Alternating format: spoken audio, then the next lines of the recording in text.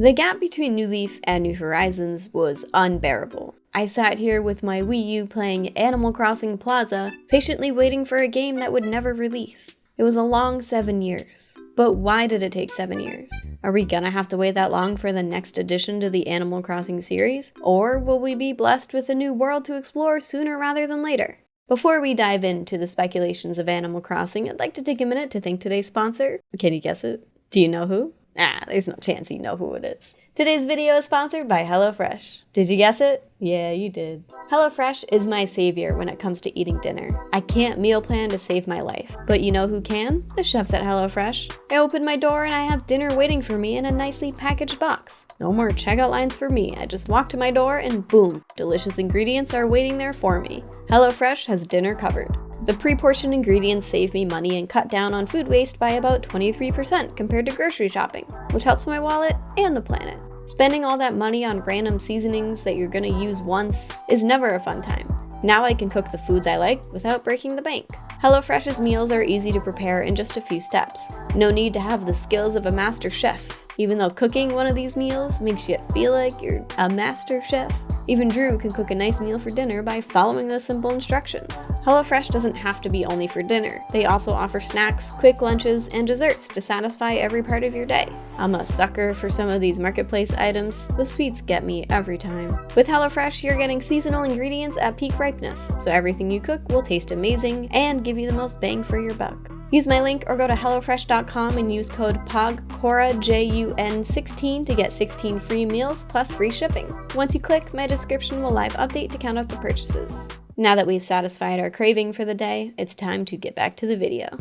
Animal Crossing games have never been released on the same console. Completely ignore Plus and E+, which are basically just software updates of each other that both released on the GameCube. I'm not counting those. I'm talking about mainline games, and we're gonna do American ones just to keep it consistent. We started out with the original Animal Crossing on GameCube, which released in 2002 in America. It was a great year for the GameCube, all because of those rude poo-poo heads we called our neighbors. We got harassed, yelled at, called bad names. Gah, what a fun time. 2002 was a great year to be alive. Next, we got Wild World on the DS in 2005, just a short 3-year gap between the two titles. The DS had just released on the back half of 2004, which means that it was a great time to bring an Animal Crossing game to what would become one of Nintendo's best-selling consoles. Then the wonderful Wii came to be, and we got a definitely totally brand new not ported game called City Folk. The joke here is that they made City Folk so similar to Wild World that it essentially was a port and people got angry at Nintendo for this. There are some differences between the games though, like City Folk added holidays back, which weren't in Wild World, but this isn't the video to get into that. Anyway, City Folk was released in the US in 2008. Fun fact, this was the first one that actually got an American release before the Japanese release, and I thought that was pretty cool.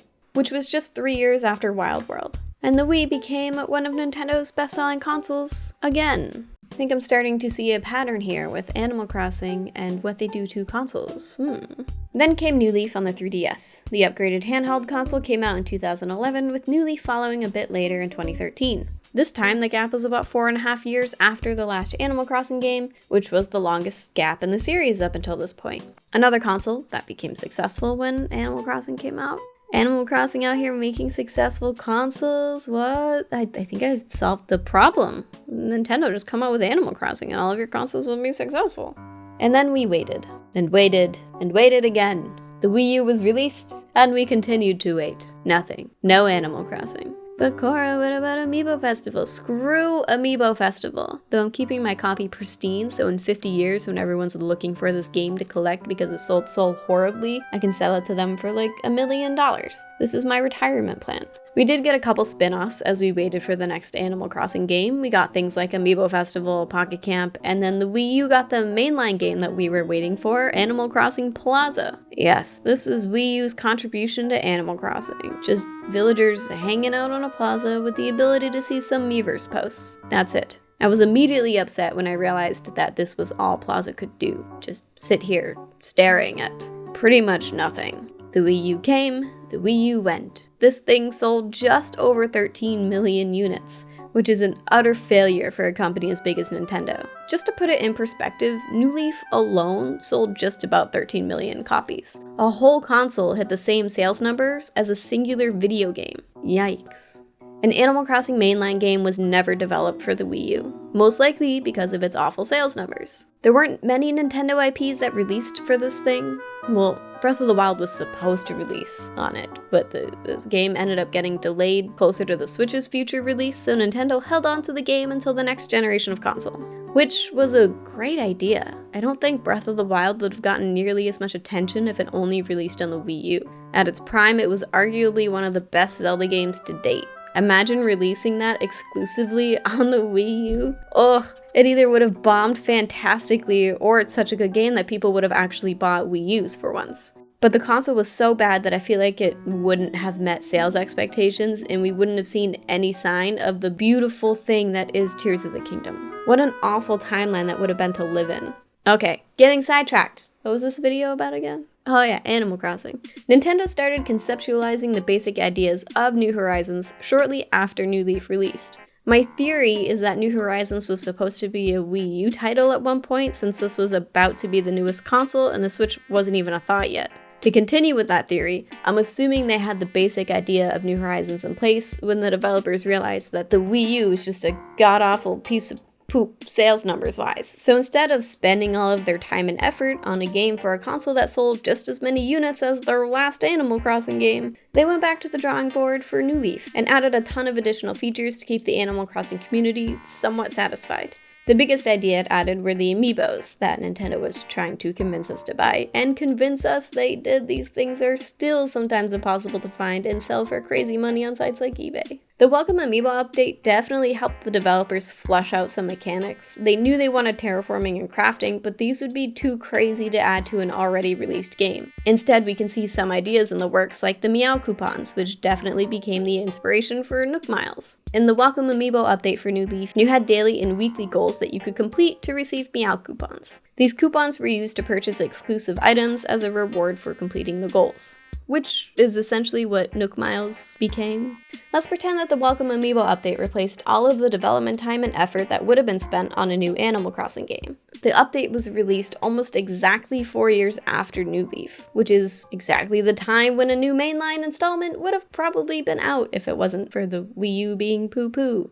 And with New Horizons releasing in 2020, that would have made another 4-year gap between those two games. Though New Horizons was supposed to release in Q4 of 2019, so it would have been closer to 3 years instead of 4, but regardless, this would have been a normal gap between games. Instead, we had to wait almost 8 years for a new mainline Animal Crossing game. Now that we have the entire backstory of Animal Crossing's development timeline, what does that mean for the next Animal Crossing game?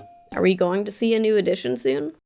Besides the fact that every Animal Crossing game makes the console it releases on super successful, that's definitely the reason, and there isn't any other reason why the consoles are successful. There is an additional pattern that dictates when a new installment releases. A brand new console. And a good one. Thanks, Wii U. We have never had 2 mainline Animal Crossing games come out on the same console. Again, ignore the reiterations of the Japanese version of Animal Crossing. Of course, those don't count. They're basically the same game that just got software updates before software updates were a thing.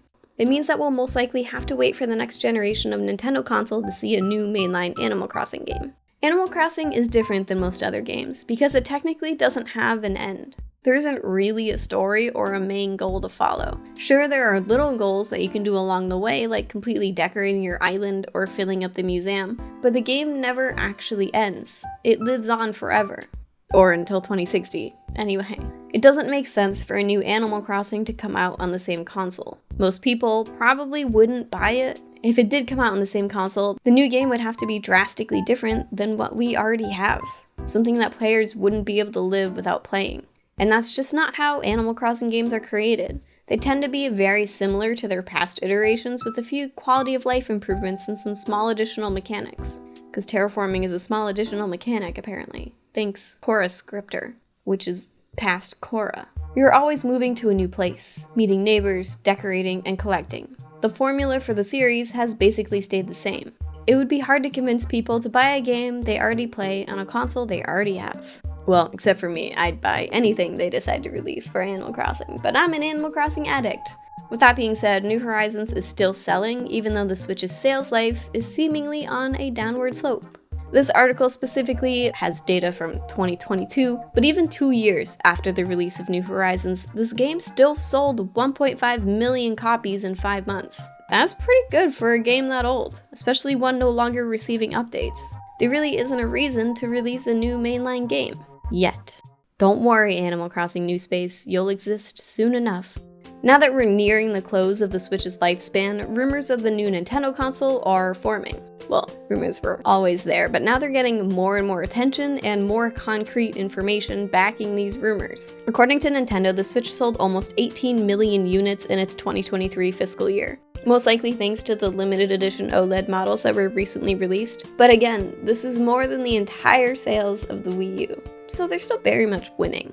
However, they have predicted that the next fiscal year will only sell 15 million units, which, in the eyes of investors, is not good. They want more money, not less, which means it's probably time for Nintendo to start ramping up work on whatever secret hardware they release next. And this is good news for us. Antsy investors means a new console and new games. I have a feeling that Tears of the Kingdom and Pikmin 4 are going to be the last first-party games that release on the Switch. I would throw Metroid Prime 4 in there too if we heard something about the game in the last few years, but I'm half convinced that this game just doesn't exist anymore. Okay, to sum up, Animal Crossing mainline games tend to come out every 3 to 4 years, but never on the same console. The only exception to this pattern is the almost 8-year gap between New Leaf and New Horizons, but that's most likely because the Wii U was a potato console and didn't deserve an Animal Crossing game. It's been 3 years since New Horizons released, which means we should technically be close to another Animal Crossing mainline game coming out. Soon-ish. However, we'll definitely have to wait for a new console. But the good news is, we're probably close to reliving the Nintendo NX days with whatever codename that they come up with this time. We are on our way to greener pastures, or spacier space. Come on, Nintendo, you definitely want to give us some pretty stars, sea spaceships, UFO Gulliver, all of it. I expect a new console within the next couple years, or at least strong whispers. I also expect an Animal Crossing game to come out sooner rather than later. 40 million copies of New Horizons sales is nothing to sneeze at. If I was an investor, I'd be pushing for a new Animal Crossing game. In space.